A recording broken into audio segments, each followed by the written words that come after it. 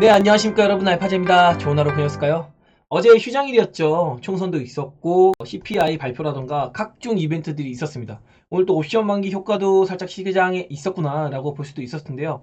일단 가장 화두가 되는 건 금투세 관련한 거겠죠. 아무래도 민주당이 강세를 보였다 보니까 이 금투세에 대한 이야기들이 계속 상간에 떠들고 있는데, 요거 정리를 한번 해보고 넘어갈 수 있도록 하고요. 우리 시장이 어떻게 흘러가고 있는지, 그리고 증시와 현실, 악재를 어떻게 대하는지, 요거까지 한번 이야기를 다뤄볼 수 있도록 하겠습니다. 자, 뉴욕 증시는요, 3대 지수가 모두 1% 안팎의 하락을 만들어냈습니다. 전일 발표한 CPI의 여파인데요, 컨센서스보다 상당히 좋은 지표가 나오면서 우려감이 대두가 됐다. 어떤 우려감? 금리 인하를 연내 안 할 수도 있겠네? 라는 얘기가 나오고 있거든요. 근데 이거는 어디까지나 매파의 발언입니다. 제가 지속적으로 이야기 드린 게 뭐였죠? 2월부터 무려 이야기 드렸습니다. 2월에 무슨 얘기를 드렸냐면은 1월에 CPI 상당히 부담스럽다. 3월에는 또 무슨 얘기 들었죠? 2월에 CPI가 매우 부담스럽다. 이런 얘기 드렸습니다. 근데 이번에 4월의 CPI는 우리 너무 걱정하지 말자. 왜 이런 얘기 있을까요? 원자재의 가격의 흐름들, 원유의 흐름들, 그리고 뭐 리스료라든가 헬스케어 서비스 비용, 이런 것들을 봤을 때 하물며 대한민국의 일개 유튜버인 저도 이런 CPI 지표의 인플레 범주? 이게 넓어진다 라고 생각하고 있는데, 과연 연준의 파월 의장이 이걸 몰랐을까요? 파월 의장이 상하원에 들어가서 이야기한 게 뭐였죠, 여러분? 바로 연내에 금리 인하를 할 수 있을 것 같다. 근데 이때 제가 얘기 드렸던 건 파월 의장의 이런 뉘앙스나 이런 것들이 매우 비둘기파적이진 않았는데, 시장에서 연내 금리 인하는 어차피 이루어지는 것으로 나와 있었는데 이거에 너무 꽂혀서 너무 비둘기적으로 해석한 부분이 있었다. 제가 봤을 때 파월 의장의 표정은 그다지 비둘기파적이진 않았거든요. 뭐 그렇다고 매파적이지도 않았지만 긍정적 요소로 보기엔 다소 무리가 있지 않았나 라는 생각을 하긴 했었습니다. 근데 이런 것들을 봤을 때 이번 5월 초에 당장 3주 정도 남았는데 FOMC에서 연준이 하는 말은 똑같아요. 연내에 금리 인하를 배제하지는 않을 것이다. 그러나 우리는 경기 지표를 보면서 갈 것이다. 이런 얘기 할 건 뻔합니다. 그럼 또 시장은 괜찮아지겠죠. 왜? 연내 금리 인하 가능성에 대한 기대감이 생길 테니까요. 지금은 단기적으로 인플레 충격이란 말을 쓰면서 CPI가 튀다 보니까 요거에 대한 인플레 충격이다 라고 표현하지만, 연준은 뭐라고 하죠? 어느 정도 용인을 하겠다, 이렇게 표현을 하고 있습니다. 특히나 이번 주에는 매파 연준 위원들의 발언이 이어졌어요. 카스칼이라던가 미셸 보우먼, 클리블랜드 메스터 누님이라던가 이런 매파 의원들의 발언이 계속 이어졌었는데, 라파엘 보스틱이라던가 다음 주에 또 비둘기파적인 발언을 하는 연준 위원들이 많아지거든요. 이런 걸 봤을 때 CPI에 대한 부분은 연준에서 이미 어느 정도 가늠을 하고 있다. 그리고 그냥 매파적 발언 나올 때는 매파적 위원들이 얘기를 하는 거고, 비둘기파적 발언이 나올 때는 비둘기파의 위원들이 얘기를 하는 경우가 많다 라고 보시면 되겠습니다. 그래서 미국 시장도 실제로는 1.4%까지 빠졌다가 0.8%대 요 정도로 마감했거든요. 그래서 큰 충격을 주진 못했고, 오늘 우리 시장의 시가는 총선의 영향이 있었습니다. 아니, 언제부터 총선이 우리 시장에 그렇게 영향을 많이 줬죠? 전 이것도 이해가 안 되더라고요. 이번에 뭐 총선이 어디 여당이 이기고 어디 야당이 이김으로 인해서 우리나라 종합지수가 크게 흔들릴 것이고, 그건 아니거든요. 물론 업종별로 갈림은 나올 수 있습니다. 단기적으로 원전주 같은 건 조금 힘들어질 수 있겠죠. 근데 이거를 반증하는 게, 제가 돈의 흐름이 원전 쪽으로 흐르고 있진 않다. 그래서 저조차도 원전을 그렇게 좋아했지만 원전 비중을 확 없애버리거나 낮춰버렸다 라고 표현을 했습니다. 왜? 돈의 흐름이, 큰 자금이 흘러가는 게 보이지 않아서, 잔바리의 물량이 들어갔기 때문에 이런 식으로 얘기를 드린 게 있습니다. 자, 야당 압승의 증시 영향은 밸류업 동력 약화. 글쎄요, 밸류업 동력 약화가 될까요? 증시 부양은요, 여당뿐만 아니라 야당에서도 합의를 할 수밖에 없는 부분입니다. 왜냐하면 지금 부동산이 흔히 정치 정책적인 것만 뿐만 아니라 글로벌적으로 뉴욕 맨하탄에서 시작해가지고 영국 런던으로 가서 홍콩까지 이어지고, 그 다음에 중국 상하이, 그리고 우리나라로 넘어오는 거거든요. 이런 흐름들이요. 그래서 부동산이 단순하게 우리 시장만의 문제는 아니고 우리나라만의 문제는 아니다라는 거. 그럼 야당 입장에서도 이걸 모를까요? 우리보다 훨씬 똑똑한 분들이잖아요. 그럼 증시를 부양하는 데 있어서 적절한 카드와 딜을 사용하면서 동조를 어느 정도 해줄 거란 거죠. 왜냐하면 국민들에 대한 삶의 질을 높여줄 필요도 있잖아요. 총선에서 승리를 했기 때문에 또 국민들을 부양할 의무가 있잖아요. 그래서 이런 밸런스들을 우리가 좀 한번 지켜보아야 할 부분이고, 어쨌든 밸류업에 대한 부분은 단기적으로는 오늘 아침에 충격 주고 다시 이내 회복을 하는 모습을 보였죠. 그래서 이걸 뭐라 그러냐면, 제가 지난주에 얘기 드렸습니다. 불확실성 해소다. 그래서 그동안에 외국인의 자금 유입이라던가 이런 머뭇머뭇거리던 수급들이 이제 총선이 끝남으로써 불확실성 해소. 이제는 이런 거 발목 잡는 게 없고 다시 정부도 밸류업에 대한 가이드를 속속들이 이제 발표를 할 겁니다. 그래서 이거 발표되면은 총선에 대한 여파는 언제 그랬냐고 한 것 같이 없어져요. 이런 거 너무 걱정하지 마시고 금투세 폐지에 대해서 난망이다. 이거는 이제 맞는 말이죠. 그래서 아무튼 우리가 생각하기에는 불확실성이 가장 증시의 적이라고 생각할 수가 있는데 금투세가 당장은 아닌 것 같아요. 저는 한편으로는 이거 당장 우리 시장에 악재로 반영할까라는 생각했는데 큰 비중으로는 한 9월에서 10월쯤 이때쯤 넘어가기 시작하면 이제 금투세에 대한 압박이 시장에 가해질 것 같거든요. 그래서 이때까지 금투세가 뭐 유예가 된다거나 폐지에 대한 전망이 안 나온다 라고 하면 시장의 충격이 당연히 있을 수밖에 없을 것이다. 가을 정도부터는. 그래서 요거 추이를 우리가 여름이 지나가면서는 상당히 예의주시하면서 봐야 할 부분이라는 거. 그래서 금투세가 어떻게 적용이 되는지 적용이 된다면 그리고 대만 증시 자꾸 예시를 드는데 대만 증시랑 지금 우리나라의 시장이랑 살짝 상황이 다르거든요. 이런 것까지 한번 제가 오늘 설명해 드리는 시간 가져볼 수 있도록 할게요. 그리고 지난주에 재미로 보는 퀀트 분석 이런 거 남겨드렸는데 요거 보시면 또 재미있을 겁니다. 그리고 바이오와 이천지의 바닥 시그널이 포착이 됐다. 요것도 우리 시장에서 오늘 또 보여주는 그런 퍼포먼스 보여줬거든요.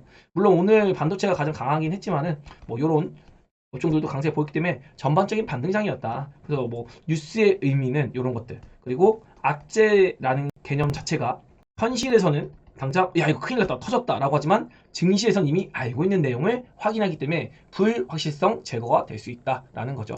원달러 환율이 무려 1364원까지 뛰면서 매우 부담스러운 상황입니다. 그러나 우리 시장에서는 현물 시장에서 외국인이 미친 듯이 매수에 동참을 했어요. 오히려 매도는 누가 했죠? 바로 기관이 했습니다. 기관이 오늘 미친 듯이 매도 쳤거든요. 오늘만 1조 넘게 매도 쳤어요. 이거 진짜 어떡하려고 하는지 모르겠네요. 아 정말 기관이 도와주지 못할 망정. 기관의 돈은 사실은 개인의 돈이거든요. 개인들이 기관에게 위탁하는 돈인데 이걸 가지고 우리나라 증시를 이렇게 내려찍는 게 맞나 라는 생각이 좀 들긴 합니다. 그리고 달러 인덱스도 105포인트 넘어섰다가 104포인트 라인까지 겨우 지켜주고 있는 상황이고 미국의 CPI는 이미 2월부터 24년 1월 CPI로 이어지는 인플레 지표의 둔화로 예견되어 있는 부분이었다. 제가 다 설명드렸던 부분이고요. 어쨌든 6월의 금리 인하 기대감이 56%에서 16%까지 수직 하강했고 7월의 금리 인하율이 42%에서 82%까지 즉 첫 금리 인하에 대한 기대감은 7월 82%. 요 7월 달에 한번 기대를 해보자 라는 시장의 의견이 또 높아지는 거죠. 어쨌든 지나가면서도 5월과 6월 계속해서 CPI라던가 PPI 그리고 PC 같은 지표들을 계속해서 확인하지 않을까. 그러면서 반영이 나가지 않을까. 결국 연준이 원하는 건 뭐라 그랬죠? 바로 고금리가 최대한 길게 유지되면서 인플레를 오랫동안 잡아간 이런 시간 벌기가 가장 연준이 원하는 것이다. 그래서 연준이 기다리는 거는 혹시라도 모를 돌발 악재가 도출이 될 때 그때 내가 나서서 야 금리 인하 해줄게 영웅 놀이를 할 것이다. 이거 계속 제가 입이 닳도록 얘기하고 있습니다. 이런 조건이 만들어지기 전까지는 증시는 적당히 잡아주면서 인플레 잡아가는 고금리 기조를 이어가려고 노력을 할 것이다. 지금 정확하게 그런 게 나오고 있는 거죠, 사실은. 뭐 발언들도 그렇고요. 그리고 바이든 대통령도 어쨌든 중간 선거가 이제 멀지 않았기 때문에 증시가 무너지면은 이거 표심이 꺾이거든요. 그렇기 때문에 미국도 일단은 중간 선거까지는 이래저래 폭락을 만들면 안 되고 좀 잡아둬야 되는 그런 상황입니다. 그래서 바이든 대통령이 연준에서 안 나서니까 올해 안에 금리 인하를 시도할 것이다. 진화에 나섰다고. 그러면서 일단 시장도 반등하긴 했거든요. 그래서 이번에는 바이든 대통령이 직접 나서서 좀 증시를 지켜주는 모습이 있었고요. 그리고 오늘 또 불안 요소 중에 하나는 이란의 이스라엘 드론 공격 진행될지 경계감이 있다라고 했는데 이스라엘이 먼저 나서기 전에 미국에서 먼저 나섰어요. 미국에서 얘기하고 있는 게 우리는 이스라엘 우방국의 방어를 위해서 최선을 다할 것이다. 미국이 먼저 엄포를 계속 놓고 있거든요. 이게 중동의 전쟁이 크게 확전되기 원치 않는 뉘앙스를 계속해서 미국이 이란에다가 보여주고 있는 겁니다. 그래서 뭐 이란도 지금 크게 미국을 건드리고 싶지 않겠죠. 그러면서 드론 공격을 일단 날짜는 정해줬으니 어디 타격할지 정도 알려주면서 무난무난하게 넘어가지 않을까. 그거를 바로 빅텍이나 스페코 이런 방산 테마주들이 이미 흐름을 좀 보여주고 있었습니다. 뭐 우려감이 있을 땐 이 친구들이 올라왔다가 지금 오늘 별거 없으니까 오늘 하루 종일 내려오는 모습 보였거든요. 그래서 요거까지 한번 이야기해 볼 수 있을 것 같고 그리고 금투세에 대한 것들은 역시나 시장이 제일 싫어하는 불확실성이라는 게 어쨌든 우리 머리 뒤에 남아있게 되는 거다. 그래서 이 폭탄이 언제 터질지는 세력이 시장을 누르고 싶을 때 한번 꺼내서 사용하지 않을까 이렇게 볼 수 있겠고 오늘은 변동성을 키우는 옵션 만기일이었는데 이 옵션 만기일 때문에 또 무난히 넘어가지 않았나 이런 생각도 한번 해보기로 했습니다. 뭐 요거는 뭐 세력 형님들 포지션이니까 결론은 오늘은 시장의 모든 악재를 반영하는 날이다. 모든 악재를 반영했으면은 여기서 이제 이 생각을 해야 되는 거죠. 더 나빠질 게 있어? 요거에 대한 생각을 해보는 겁니다. 여기서 악재가 더 나을 게 뭐가 있을까요? 이런 것들. 이 증시에 부담을 주는 요인들이 연속성을 가질 건지 아니면 단기 소화를 할 수 있는 부분인지를 이제 오늘 하루 안에 판단을 해야 되는 거죠. 우리 시장은 여전히 글로벌 시장에서 매력적인 밸류를 가지고 있고 키높이적인 매력도 가지고 있다. 긍정적인 얘기를 드리고 있는 겁니다. 저조차도요. 지금까지 강조드렸던 투심이라는 것이 과연 버텨줄지 의구심이 생기는 날이다. 왜냐면 악재가 너무 산적했잖아요. 뭐 중동발 리스크, 금리 인하에 대한 기대감 쇠퇴, 뭐 총선에 대한 금투세 부담감 이런 것들이 모두 악재로 다가오다 보니까 이게 악재가 또 적당한 악재, 이미 예견되었던 악재면 재료 소멸로 가다갈 수 있지만 너무 시장에서 부담을 느껴버리면 그냥 무너져 버리거든요. 근데 어쨌든 우리 시장에서는 이거 어느 정도 예견이 됐었다. CPI 컨센서스 이미 우리가 알고 있던 정도고 금투세도 둘 중 하나 아니었냐. 한쪽이 이기면 금투세 진행될 거 아니었어? 요런 거. 그리고 아직 유예에 대한 기대감, 폐지에 대한 기대감도 살아있잖아요. 어쨌든 정권이 교체된 건 아니니까요. 정권 유지되면서 여소야대가 그냥 유지되는 거잖아요. 지금까지도 그랬고 그런 것들하고 보시면 될 것 같고 그리고 뭐 이란발 이런 중동 리스크도 이미 알고 있는 내용이잖아요. 예고가 돼 있었고 이미 시장에는 어느 정도 녹아 있었다. 이렇게 반응을 한 것 같습니다. 저는 조정이 나오더라도 2680 정도 지켜주면 어떨까 이 정도 기대했었는데 아침엔 이거 깼거든요. 그러나 종가 기준에는 2706포인트로 잘 끝나줬다라고 볼 수 있을 것 같습니다. 그리고 뭐 금리 부담에 따른 이런 조정세라고 하면은 자동차나 헬스케어가 부담감을 느낄 수가 있는데 이거를 무색하게끔 현대 기아차가 미친 듯이 올라줬고 그리고 헬스케어주들도 나름의 반등을 했거든요. 그러면서 HLB가 올라왔다가 눌리면서 다른 바이오가 올라와주는 이런 수급 교환 현상이 바이오 업종 내에 나오고 있다. 그래서 바이오도 상당히 좀 바닥을 잘 잡아주는 그런 모습을 보이고 있습니다. 그래서 원래 시장은요 모든 악재가 확인이 되고 노출이 되면 그 자체로 지지 구간을 형성할 수 있다. 그게 증시니까요.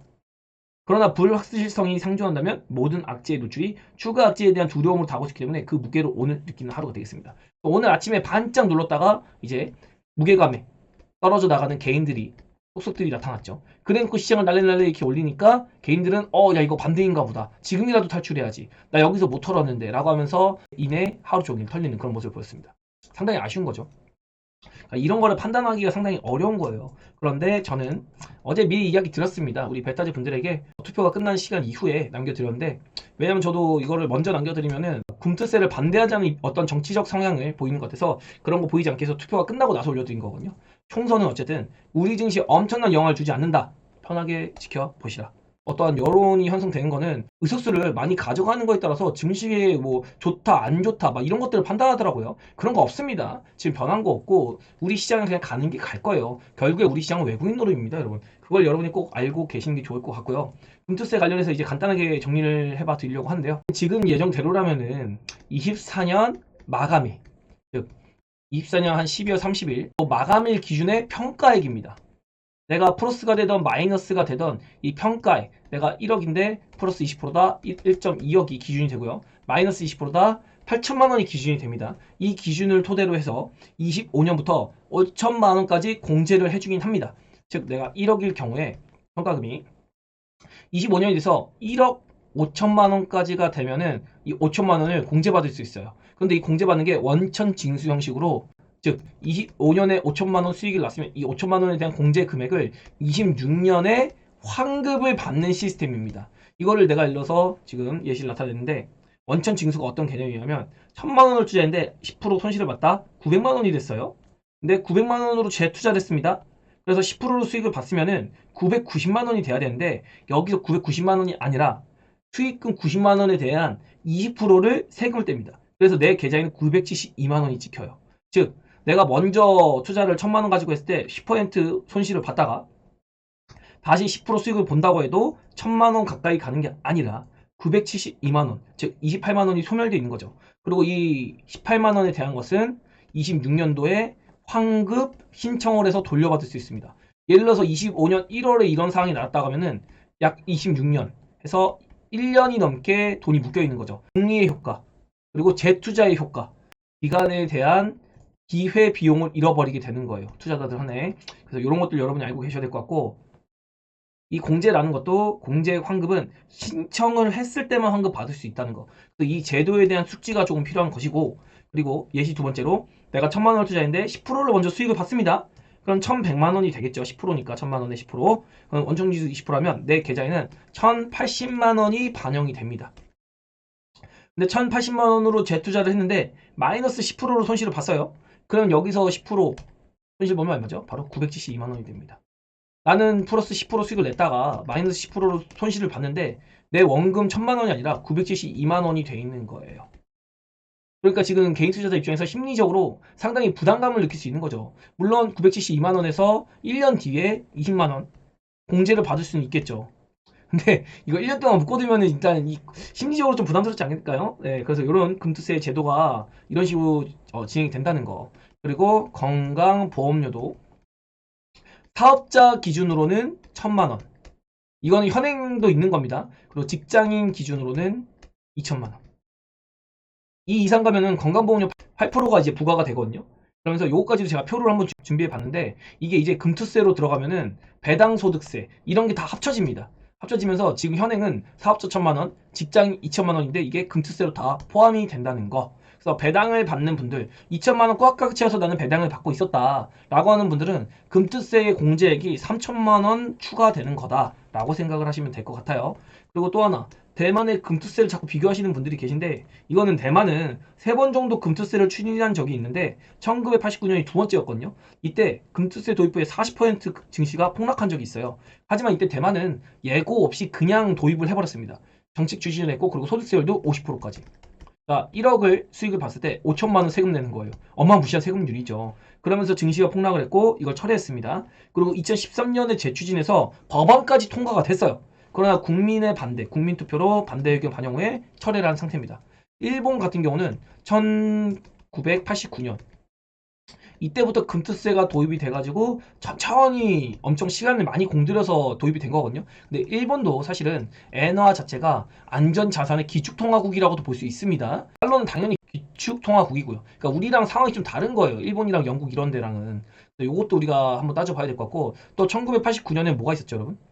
플라자 합의가 있었잖아요. 1986년부터 플라자 합의 이후에 1989년까지 일본 증시가 정말 미친 듯이 호황을 주었습니다. 그러니까 일본인들은 증시가 너무 많이 올라 있다 보니까 야, 이 정도는 우리가 세금 내도 되지. 야, 증시가 야, 우리가 지금 뭐라든 간에 우리나라 이렇게 잘 나가는데. 그러니까 그런 대중들의 심리가 반영이 됐던 거예요. 야, 내가 이 정도 돈 버는데 나라에다가 이거 정도 돈을 못 줄까? 근데 우리나라 지금 그 상황 아니잖아요. 금투세 도입하더라도 진짜 뭐 코스피가 한 5,000포인트 가고 6,000포인트 가고 이러면은 누가 불만 있겠어요. 다 수익을 보는 시장인데.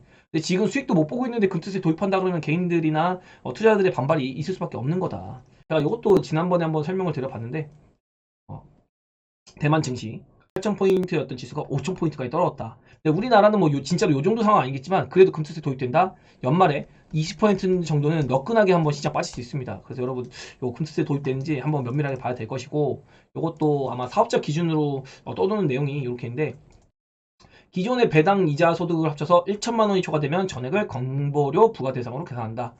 그래서 이게 금투세로 바뀌게 되면 여기에 주식 매매 차익이 환산되어 1천만 원이 초과되면 건보료 부과 대상이 되는 것이다. 그러니까 제가 아까 얘기 드렸던 게 이 1천만 원은 사업자고 2천만 원은 직장인이거든요. 그러니까 여러분이 단순하게 5천만 원이 아니라 원래 이거 2천만 원 직장인이 보통 많으니까 사업자보다는 직장인 분들은 2천만 원까지 공제가 되던 부분이에요. 배당 소득세 이런 걸로. 근데 그게 합쳐져 버리는 겁니다. 그러면서 2천만 원 이상부터는 직장인 기준으로 건강보험료가 160만 원 오르게 되는 거예요. 건강보험료만 따졌을 때요. 그리고 5천만 원 공제가 되겠죠. 그리고 6천만 원부터는 이제 건보료는 480만 원 올라가고 금투세는 220만 원 내야 되는 거죠. 예를 들어서 내가 1,000만 원을 투자를 하고 있다. 근데 정말 템버거가 나왔다. 10배를 먹었다. 에코프로 같은 종목을 잘 사서 그럼 1억을 이제 우리가 소득을 볼 거 아니에요? 그럼 여기서 800만 원은 건보료로 나가고 1,100만 원은 이자로 내야 되는 거죠. 그러면서 실질 비용은 1,900만 원 우리가 세금으로 납부해야 된다. 19% 정도. 이거를 봤을 때 저는요. 주식은 꿈 그리고 기대감 이런 식으로 표현을 하고 싶거든요. 일본을 우리가 역사적으로 굉장히 우호적으로 보아야 되진 않지만 복권 있잖아요. 복권에는 세금이 없습니다. 일본은. 왜 그러냐고 물어봤더니 복권은 꿈이래요. 새로운 사람들의 꿈이라기 하기 때문에 이 꿈에는 세금을 먹이면 안 된다고 합니다.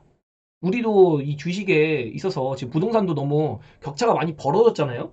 그래서 이런 격차를 해소하기 위해서는 주식은 그래도 소액으로 주식으로 투자를 할 수 있기 때문에 이런 것들에 대한 기대감, 꿈 이런 거에 대한 혜택을 조금 주면 어떨까. 그래서 뭐 다른 건 없고 지금 이제 진짜로 유예가 좀 되면 어떨까. 유예라도 하다못해 증시가 5,000포인트, 6,000포인트 가고 실행해도 나쁘지 않을 것 같다. 라는 그런 생각을 조금 하고는 있습니다. 예전에 이런 얘기가 있었거든요. 이게 지금 유예가 된 겁니다. 참고로. 2023년 실행이었는데 2025년까지 미뤄진 거예요. 2022년에 이제 금투세 유예론권의 이재명 민주당 대표. 그래가지고 요거 진짜로 유예를 시켰거든요. 이제 아무래도 22년도에 시장이 안 좋았다 보니까. 근데 우리 증시가 지금도 글로벌 증시에 비해서 상당히 좋지 않은 상황이잖아요. 그래서 아마도 지금도 유예에 대한 기대감, 지금 와서 한 2, 3년이라도 미뤄준다면은 지지를 받지 않을까 이런 생각이 들고 있고, 반대로 정부 입장에서는 지속적으로 금투세 폐지를 주장하고 있는데 요것도 저는 상당히 좀 기대를 해보고 싶거든요. 그래서 모쪼록 폐지가 되든 유예가 되든 주식 투자자로서 상당히 좀 좋은 결과가 나오기를 기대해보고 싶습니다. 안 그러면 가을에는 진짜 시장을 일시적으로 우리가 리스크 관리를 확실하게 해야 되는 그런 상황이 생길 수 있거든요. 그래서 이것까지 이야기 들어보겠고, 오늘 시장을 보면은 아침에 개파락으로 쭉 빠졌다가 이내 땡겨냈는데 이 주체가 외국인이었다. 근데 매도의 주체는 기관이었다. 그래서 기관이 1조 넘게 미친 듯이 팔아제낀 날이 오늘이었습니다. 그리고 코스닥에서는 개인들이 열심히 자반을 주고 있는데 그래도 기관 외국인이 뭐 나갔다라고 보긴 좀 어렵거든요. 그러면서 오늘 삼성전자, 하이닉스도 강세를 만들었고요. 코스피, 코스닥은 그냥 보합세, 강보합, 약보합. 그런데 삼성전자, 하이닉스가 이렇게 올랐으니까 반도체 업종이 강했구나 라고 볼 수 있고, 또 미국의 글로벌 증시를 반영해서 금리 인하가 늦춰질수록 제약 업종에는 단기적으로 부담이 될 수 있겠으나, 저는 개인적으로 금리 인하가 늦춰질수록 제약 바이오 업종에 좋다고 생각합니다. 저는 얘기 드린 게 금리 인하 시점을 기준으로 금리 인하 전에는 바이오에 힘을 주고 금리 인하가 딱 됐다, 시작했다 라고 하면은 2차 전지로 비중을 많이 넘길 것 같습니다. 금리 인하가 딱 시작되면 오히려 바이오는 기대감이 끝나버리는 거거든요. 금리 인하 이제 시작할까? 이거 기대감으로 막 땡겨져요, 바이오가. 그래서 금리 인하 탁 찍었어, 도장을. 연준에서. 그러면 오히려 이게 기대감 해소가 돼버릴 수 있는 거예요. 마치 기다렸던 재료가 나온 것 같이. 그런 효과가 항상 역사적으로 자주 나왔다는 거. 이런 식으로 저는 스탠스를 잡아가려고 하는 부분이고, 이제 빅텍이나 뭐 이런 거 제가 항상 띄워놓고 있는데 혹시 무슨 일이 날지 모르니까 우리가 또 지정학적인 리스크가 있잖아요. 저는 이렇게 업종별 흐름 안에 빅텍을 항상 달아놓습니다. 그래서 혹시 변수가 있을 때, 증시의 변동성이 있을 때 이런 걸 체크해 봐야 되는 부분이니까 그렇게 이야기 한번 해봐 드리겠고, 오늘 증시를 보면은 약 820개 종목만 상승했고요. 하락 종목이 무려 1600개 정도. 당연히 오늘 한 개 종목은 올랐을 것이고 두 개의 종목은 하락한 날일 것이다. 역시 여러분 좀 재미없을 수 있는데 저는 그래도 오늘 시장 괜찮았거든요. 그래서 오늘 오랜만에 시장이 좀 따끈따끈했던 좋은 날이었습니다. 그리고 기관이 선물 시장에서 열심히 잡아주고, 개인이 참 안타깝습니다. 시장은 올라가는데 개인이 완전 역방향을 탔어요.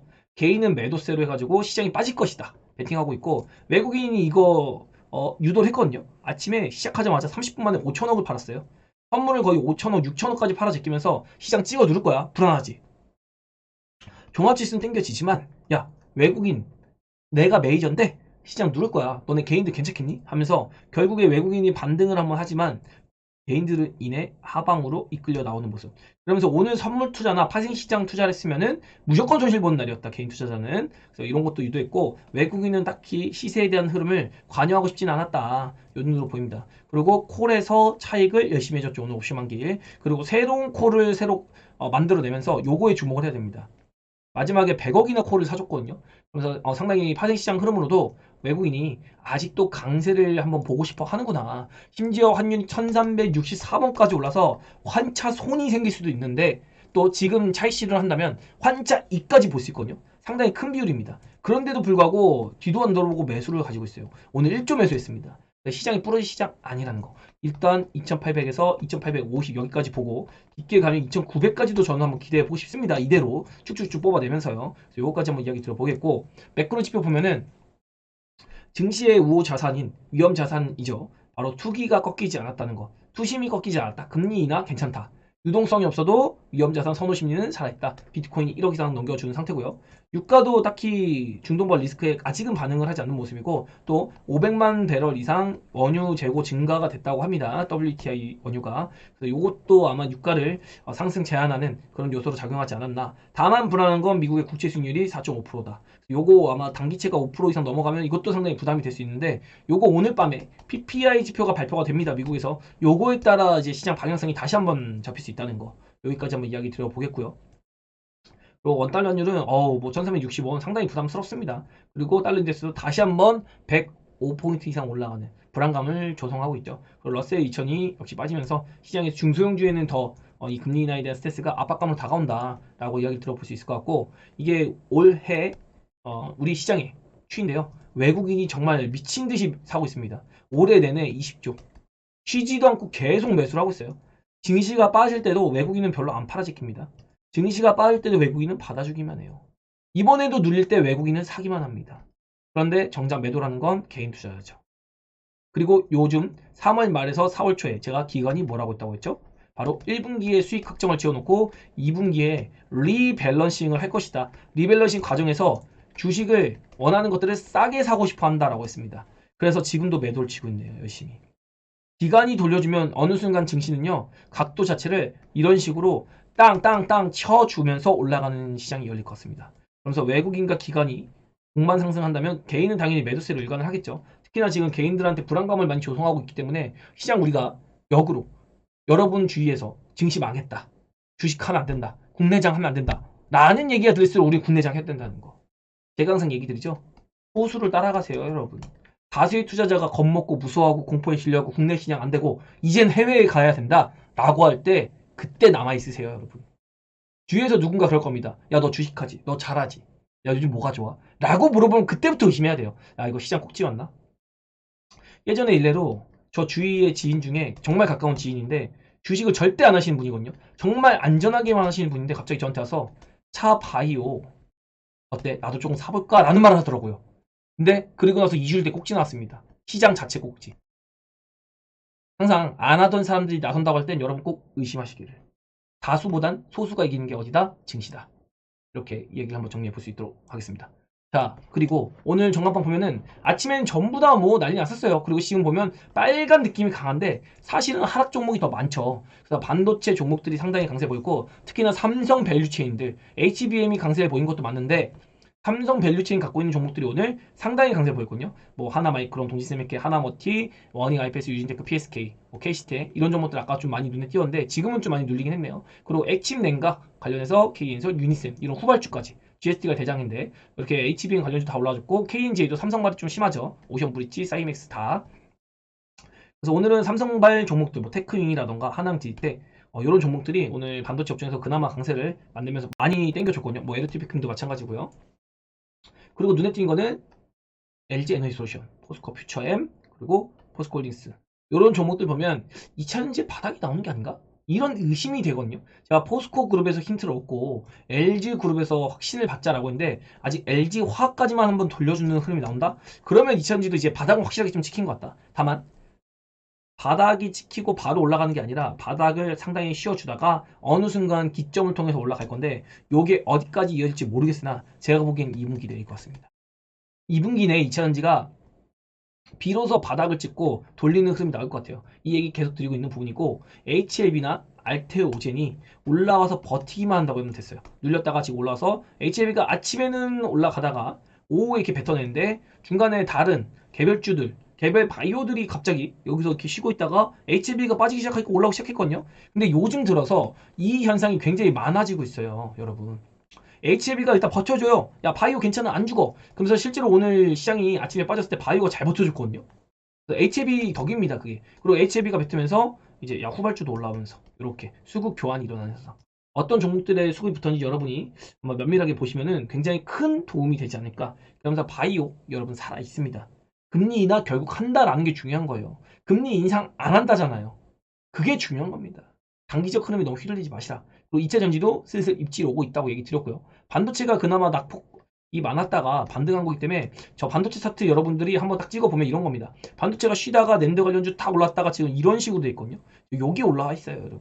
신고가 가고 이런 거 분위기 만든 느낌이지만 전혀 그렇지 않았다는 거. 그리고 정책 관련해서 원전에서 살짝 시세 반락이 나왔는데 이거 원전도요, 사실은 국제적으로 보면은 뭐 미국 특히 카메코나 뉴스케이 파워 이런 거 보면은 또 거기다가 우라늄 가격이 미친듯이 올라가고 있거든요. 그래서 원전도 결국엔 가야 될 길입니다, 여러분. 원전 기술력이 우리나라가 얼마나 좋은데 이게 언제까지 죽겠어요. 결국에 원전도 갈 건데 이런 정치적 요소 이런 것들이 단기적으로 눌린 거다. 다만 큰 자금의 흐름이 아직 원전 쪽으로 흐르고 있는 건 전혀 포착이 되지 않고 있다. 그래서 얘기 드린 게 제가 원전할 거면 지금은 방산이라던가 조선을 하는 게 유리할 것 같아요 라고 얘기 드린 게 이런 맥락입니다. 그리고 오늘 시장 재미없으면 뭐죠 여러분?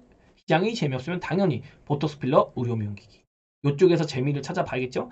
저번에는 의료 미용기기가 좋았는데 오늘은 보톡스 필러가 좋았네요. 이렇게 확률적으로 이런 거까지 한번 이야기를 들어보겠고, 또 저 PBR주가 오늘 뭐 하나금융이나 KB금융, 뭐 신한지주 전부 다 마이너스 6%, 마이너스 7% 이렇게 시작했어요. 그런데 뭐 양전한 종목도 있었고 오늘 하나금융은 양전까지 했다가 지금 눌린 거거든요.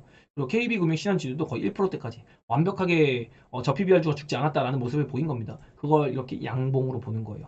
그러면서 현대차, 기아차 상당히 좋았죠 오늘. 자동차가 뭐 금리나 악재니 뭐니 해도 결국에는 주요 금융주들 다 땡겨낸 겁니다. 더군다나 눈에 띄는 건 포스코퓨처인과 LG엔솔이 강세 마감했다는 거.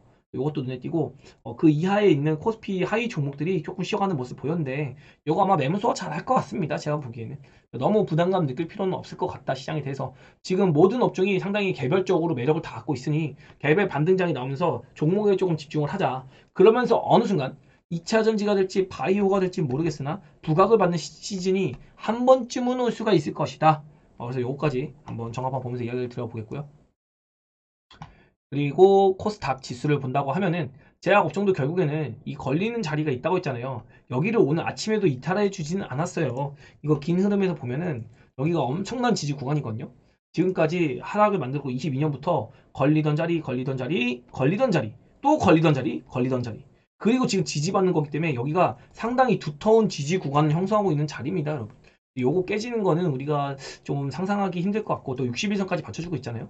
반도체는 이야기 드린 그대로예요. 이렇게 보면은 지지와 조정이 명확하죠. 지금 여기서 보면은 하단을 계속 터치 하다가 땡겨준 거잖아요. 그럼 여기서도 터치 하다가 늘릴 수도 있는 겁니다. 이렇게 수급 교환. 여기인데 아마도 보면 여기 앞에 부분에 여기 부분이 교환이 된 것 같아서 지금 반도체는 새로운 파동이 만들어지는 것 같긴 합니다. 그래서 저렇게 맹신하면 안 될 것 같고, 제가 보기엔 반도체도 아직은 뭐 소부장들이 계속 빡시게 올라간다 그런 것보다는 바이오나 이차전지가 아마 이 조종세에 이어서 흐름을 한번 받지 않을까, 이런 기대감을 가지고 싶고요. 오늘 코스닥도 아침에 개파락해서 202선을 깼다가 202선 터치했다가 살짝 밀린 정도거든요. 그래서 내일 만약에 코스닥이 202선 위로 안착을 한다라고 하면은 저는 랠리를 기대하고 싶어요. 저는 랠리를 기대하고 싶은데 이거 제가 화요일날 퀀트 분석해드렸죠. 뭐라고 했죠? 여기서 반등하는 게 여기까지 이렇게 반등했다가 기어이 한번 누를 가능성. 코스피 같은 경우는 2850이든 2900이든 가능성이 있어서 신고가를 만들 수 있을 것 같다. 코스피. 그러나 코스닥은 신고가가 힘들 것 같다. 그렇게 얘기 드렸습니다. 그래서 하나, 둘, 셋, 넷, 다섯, 그리고 여기서 다섯이 나오는 게 그냥 빠지는 게 아니라 반등했다가 빠지고 그 다음에 미친 듯이 한번 가지 않을까. 요거를 여러분께 한번 이야기 들어봤는데 요거는 근데 너무 카더라라기 때문에 일단은 지켜보기로 합니다. 이게 다 맞는 것도 아니고, 그리고 여기 또 추세 라인, 단기 추세 라인도 있잖아요. 요 단기 추세 라인의 지지 구간도 있기 때문에 뭐 코스닥 시장이 엄청 무너진다 뭐 한다 그러기 힘들 것 같고, 지금도 이미 개인들이 가장 싫어하는 7에서 9% 구간입니다. 7에서 9% 정도 빠진 구간이기 때문에 여기서는 남 탓하고 누구 욕하고 짜증나고 막 온몸이 간지럽고 내 종목 왜 안 올라 욕할 시간이거든요.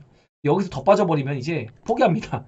포기해요. 아 망했다 어떡하지 이런 구간인데 거기까지는 도달 안 할 것 같습니다. 지금은요. 왜냐면 반등했다가 그 다음에 빠질 때 이제 개인들을 완전 패닉으로 만들 것 같거든요. 그래서 포기하게 만들고 그 다음에 1000포인트 넘어가고 1100포인트 넘어가고 이렇게 미친 듯한 상승 뽑아내지 않을까, 그런 거 저는 상상을 하고 있긴 합니다. 근데 물론 지금 이렇게 가지면 너무 좋죠. 지금 너무 가지면 너무 좋은데 일단은 뭐 냉정하게 봐야 되는 거니까 200일선도 여기서 박스권 만들면서 지켜주는 모습이었기 때문에 너무 단박에 빠진 게 아닌가라는 생각이 들거든요. 이것까지 우리가 어쨌든 여러분 심리를 딱 건드리는 구간이 있으니까 잘 버티시기를. 일단 기묘하게 매매의 신이 되려고 하면 안 됩니다. 제가 계속 얘기 드리는데 자꾸 이걸 팔아서 저거 사볼까?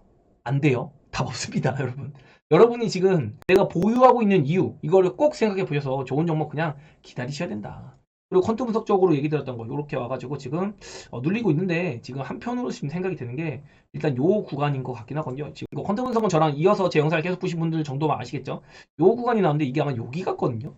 원래는 이 빠지는 구간 안에 여기라고 생각을 하게 되는데 일단 가장 유력한 건 요 구간 같아요. 이건 후행성이기 때문에 미리 예측을 할 수 없습니다. 그거 아니면 여긴데 그것도 말이 되거든요. 여기서 하나 둘 셋 요렇게 빠진 거거든요 지금. 요것도 말은 되는데 여기서 머무는 시간이 너무 길었단 말이에요. 그게 과연 여기일까? 그리고 요 하락이 너무 짧았어요. 여기 앞에서. 그래서 요게 교환이 돼가지고 요렇게 나온 게 아닌가 라는 생각도 들긴 합니다. 그렇다면 어쨌든 간에 미친 상승이 한번 나오던지 미친 상승이 한번 나오던지 결국에는 고가를 넘어서는 상승, 결국에는 고가를 넘어서는 상승 나올 것이다, 여러분. 그리고 제가 마지막으로 아침에 시작하자마자 의심했던 거는 이 라인을 깼기 때문에, 여기 라인 잡혀있죠. 요 라인을 깼기 때문에 혹시 이런 부분들이 아닐까라는 의심도 하긴 했습니다. 근데 이건 아닌 것 같아요. 지금 이거 나올 타이밍이 아니거든요. 왜냐면 수급이, 시장이 무너질 수급이 아닙니다. 이렇게 부러뜨릴 수급이 아니에요.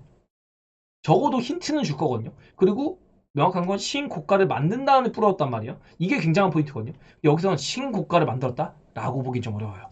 여기서 만들고 기어이 이 구간 넘어서 신고가를 만들었잖아요. 지금도 마찬가지예요. 땡겨준 다음에 기어이 신고가를 만들고 죽일 것 같단 말이죠. 요거까지 추적하면서 아직은 시장이 엄청나게 큰 위기가 온다? 그렇게 보기는 어렵다. 그래서 이렇게 뭐 퀀트 분석적인 거랑 차트 분석까지 한번 쭉쭉쭉 또 정세랑 이어서 해봤고요. 그리고 오늘의 흐름을 본다고 하면 역시 반도체가 개파락 다 똑같이 했지만 가장 강한 모습을 보였고, 바이오는 그냥 박스권에서 쉬는 모습, 그리고 전반적으로 2차 전지까지 반등장이 나오기는 했었다. 다만 HLB가 힘쓰지 못했다 보니까 제약업종이 뭐 의미있게 강세를 보였다? 그런 건 아니었다. 계속 얘기 드린 건 뭐죠? HLB는 그냥 적당 박스권을 만들어주면 굉장히 감사할 것 같다. 여기서 이렇게 올라왔다가 뭐 여기 전고점 위치까지 와도 되거든요. 그래서 이렇게 박스 만들어주면 다른 바이오가 너끈하게 올라와 주지 않을까. 근데 그 기준에는 역시 셀트리온이 좀 올라와 주긴 해야 됩니다. 그래서 그 바이오의 스타트는 셀트리온이 19만 원을 넘어서서 안착하는 흐름이 나올 때, 그때 시총 중위바이오가 막 활개치면서 VI 막 걸리고 누가 막 상한가 가고 막 이런 건 그때 나올 것 같아요. 일단 셀트리온이 19만 원 넘어선 거 이후에 그거까지 한번 제가 체크해 봐드리면서 정리해 봐드렸고, 그리고 나스닥 같은 경우도 전혀 부러질 생각 없죠. 어쨌든 미국 시장은 마이너스 2%밖에 안 빠졌어요. 고점 대비. 코스닥도 마이너스 2% 정도입니다. 오늘 아침 기준으로 마이너스 4%거든요. 그러니까 우리 코스닥이 너무 많이 밀렸습니다. 지금 이렇게 키높이도 안 맞는 와중에 밀렸다는 건 상당히 억울하잖아요. 그래서 그거를 분명히 해소할 시간이 다가올 거고, 요 흐름이 나오는 것 자체가 개인 투자자들 질리게 만들어서 물량 뺏기를 좀 하는 게 아닌가라는 그런 합리적 의심도 해볼 수 있다는 거죠. 이렇게 오늘 시장 전반적인 내용에 대한 얘기를 해봐 드렸고요. 종목에 대한 얘기는 아직은 뭐 다룰 필요가 있나 싶긴 합니다. 그나마 오늘 뭐 개별적으로 이렇게 움직인 종목들이 있는데, 셀트리온도 박스권이고 HLB, 알테오젠 그냥 시장을 버텨준 그런 대장주 역할을 해줄 뿐이고, LG 엔솔이 바닥을 잡았다. 삼성 SDI도 잘 버텨주고 있고요. 그리고 반도체가 강세해 보인 정도고, 의료 미용기 위주 아까 설명드린 되었고요. 원전도 그냥 힘 빠졌고, 로봇 챗 GPT AI는 시장의 중심에 있기 좀 애매하다. 이 정도로 정리를 해봐 드리면서 오늘 종목 브리핑보다는 이렇게 시장 얘기, 금투세 얘기까지 해봐 드리면서, 시장 여전히 부러질 타이밍 아니다. 아직은 외국이 정말 잘 잡아주고 있고, 또 혹시 모르겠습니다. 오늘 옵션 만기라서 머리끄댕이 잡아놓은 걸 수도 있기 때문에 오늘 밤에 나올 PPI를 포함해서 내일까지 시장 추이 보는데, 저는 개인적으로 지금 2782 고가 위치인데 요거 돌파 한번 해볼 수 있지 않을까 기대하면서 시장을 바라볼까 합니다. 여러분도 아직은 긍정적 마인드로 시장 대응을 하시길 바라고, 아무튼 기대는 됩니다. 저는 이제 뭐 이벤트가 많이 해소돼가지고 5월 중순 정도, 약 한 달 정도는 내일 기대하면서 대응해볼까 하니까 여러분도 좋은 전략 잘 꾸려보시길 바랍니다. 네, 여기까지 하겠습니다. 안녕, 좋은 오후 되세요.